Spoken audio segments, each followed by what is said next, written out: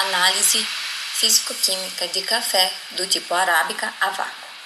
Os alunos que irão apresentar este trabalho são Ana Flávia, Antenor, Bruna e Lucimar.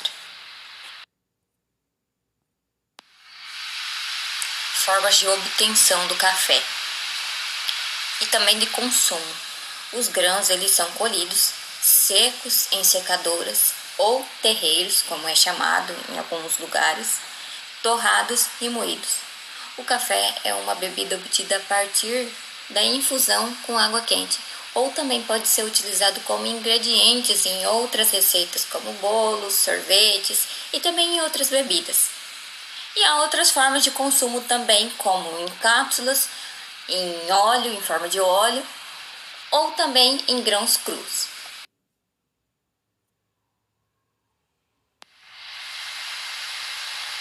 Quanto à produção do café, devido à diversidade climática no Brasil, vários estados são produtores de café, mas o principal produtor de café do tipo arábica é o estado de Minas Gerais. Segundo a revista Cafeicultura, o Brasil, em janeiro de 2021, exportou cerca de 84,2% da espécie arábica, seguido da robusta. Os principais compradores deste café são os Estados Unidos, Alemanha, Bélgica, Itália e também o Japão e Colômbia. Sabemos que para ter um produto de boa qualidade, a matéria-prima também deve ser de boa qualidade. E alguns fatores são determinantes para garantir essa qualidade. A área de cultivo, o solo, por exemplo, em alguns lugares do Brasil são melhores para a produção de café. Mas mesmo assim, há necessidade de correção desse solo para aumentar a produtividade e diminuir também os custos dessa produção. Em locais que ventam muito, pode não ser bom devido que o vento ele pode ocasionar falhas mecânicas e essas falhas podem ocasionar infecção por fungos e bactérias, contaminando assim e diminuindo a qualidade desse café. A umidade. Quanto à umidade, essa umidade deve ser controlada. Quando a umidade é muito alta, pode ocorrer fermentações indesejáveis ou muita incidência de praga. Quando essa umidade é muito baixa, pode reduzir o desenvolvimento dos grãos. O clima e a altitude. O clima deve ser a temperatura deve estar em 18 a 23 graus para essa espécie tipo arábica. E quanto à altitude, algumas revistas, alguns cafeicultores dizem que para o café tipo arábica ser de boa qualidade, ele deve estar numa altitude entre 600 e 1.200 metros. Quanto ao armazenamento desses grãos, quando mal armazenado e que ocorre muita incidência de umidade, esses grãos perdem a sua qualidade, ocorrendo assim a deterioração. E o tempo e a torra. A torra, ele tem o tempo certo e a temperatura certa para que não haja aumento da acidez. E assim, depois da torra também, esse café deve ser bem armazenado em locais secos e bem embalados. E por último, o consumidor final. Quanto ao consumidor final, ele é o principal analista da qualidade de um produto.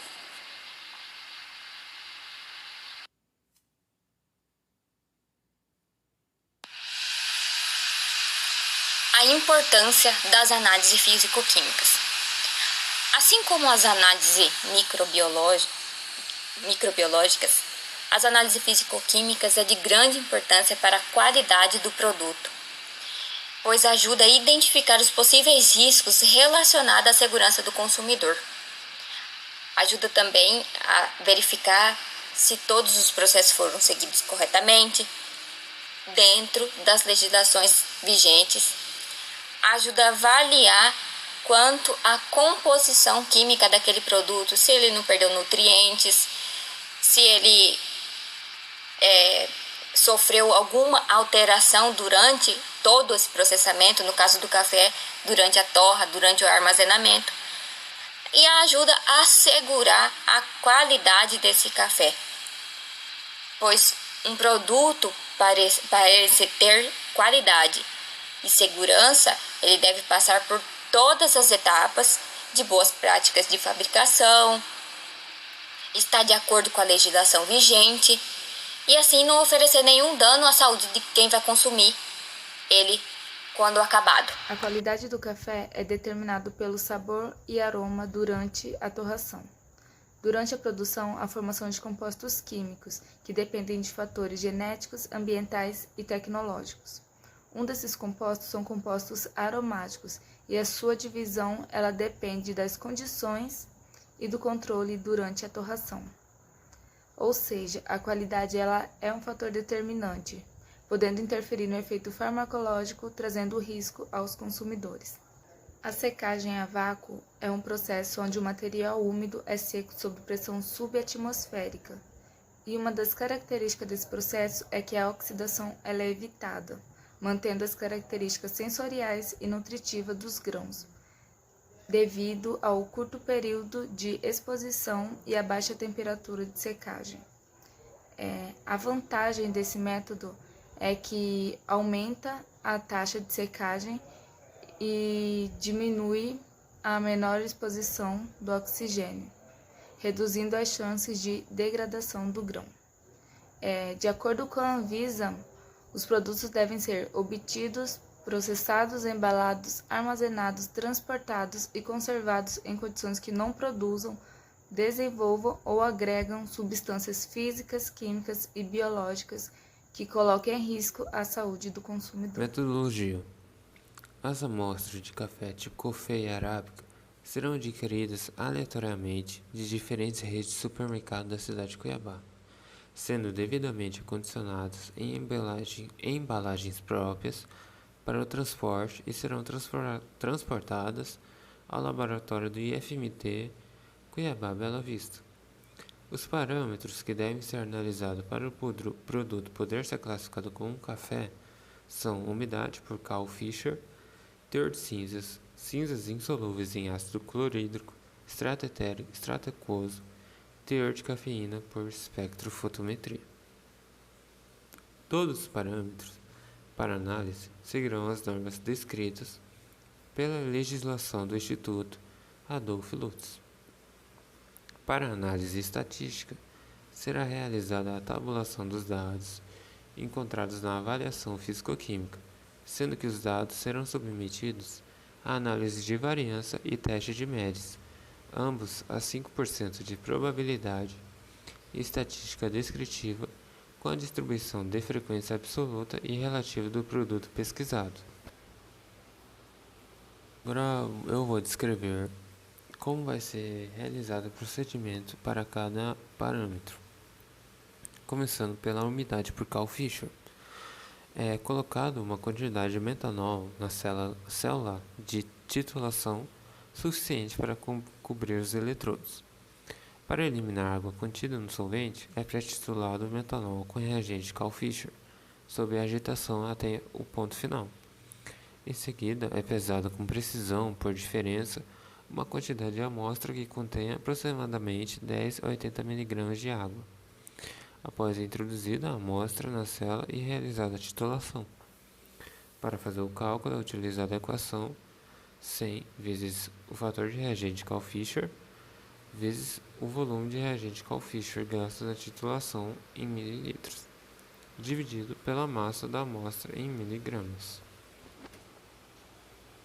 Cinzas são pesados 5 a 10 gramas da amostra em uma cápsula previamente aquecida em mufla a 555 graus Celsius.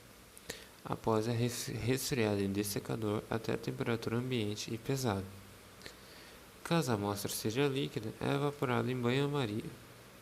Após será secada em chapa elétrica, carbonizada em temperatura baixa e incinerada em mufla a 555 graus Celsius até a eliminação completa do carvão. As cinzas devem ficar brancas ou ligeiramente acinzentadas. Em caso contrário, para esfriamento é adicionado meio mililitro de água secado e incinerado novamente. O resfriamento é feito em dessecador a temperatura ambiente e pesado. Para o cálculo do teor de cinzas é utilizada a equação 100 vezes N, que é o número de gramas de cinzas, dividido por P, onde é o número de gramas da amostra.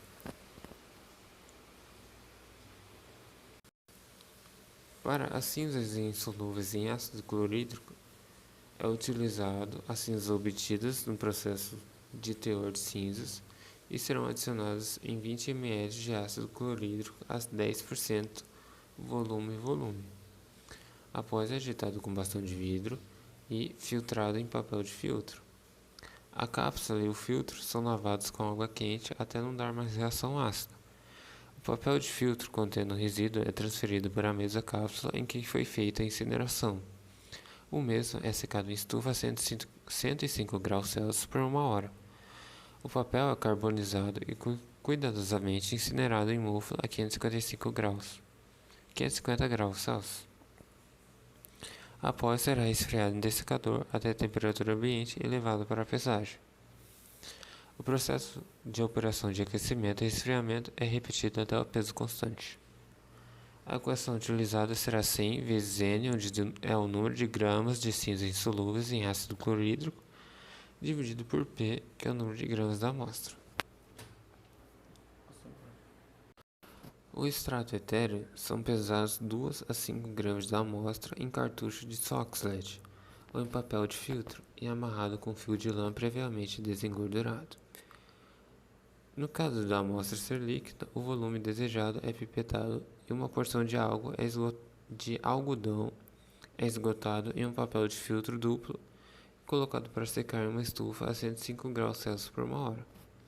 O cartucho ou papel de filtro é transferido e amarrado para o aparelho extrator tipo Soxhlet. O extrator é acoplado ao balão de fundo chato previamente tarado a 105 graus Celsius. Adiciona-se éter em quantidade suficiente para um Soxhlet e meio e um refrigerador de bolas é adaptado. Mantido sob aquecimento em chapa elétrica, a extração contínua por 8 ou 16 horas.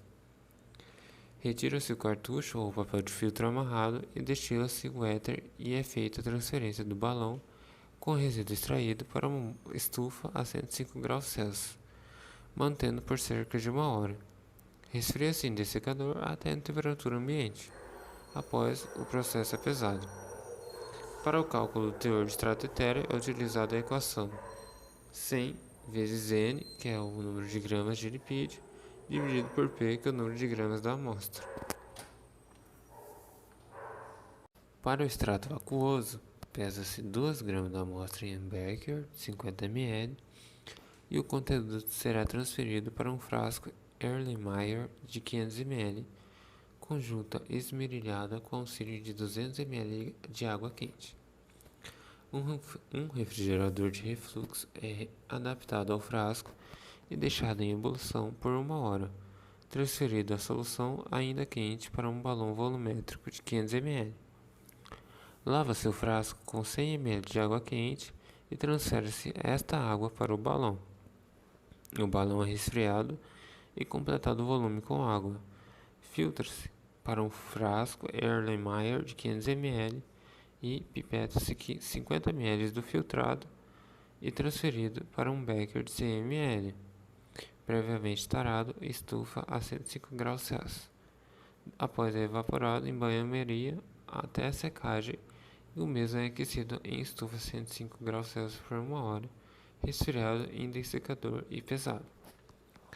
O cálculo é feito pela equação 100 vezes N, número de gramas do extrato aquoso, vezes 10 dividido pelo número de gramas da amostra. Por fim, o teor de cafeína por espectrofotometria. Pesa-se 1 grama de amostra em becker de 100 ml e com cuidado é adicionado evitando a formação de grumos com auxílio de um bastão de vidro, 4 ml de ácido sulfúrico. A homogeneização é feita e o aquecimento em banho-maria por 15 minutos, agitando ocasionalmente. Adicione-se com cuidado 50 ml de água quente. O mesmo é aquecido em banho-maria por mais 15 minutos e filtrado a quente para um funil de separação de 500 ml através de papel filtro umedecido com água.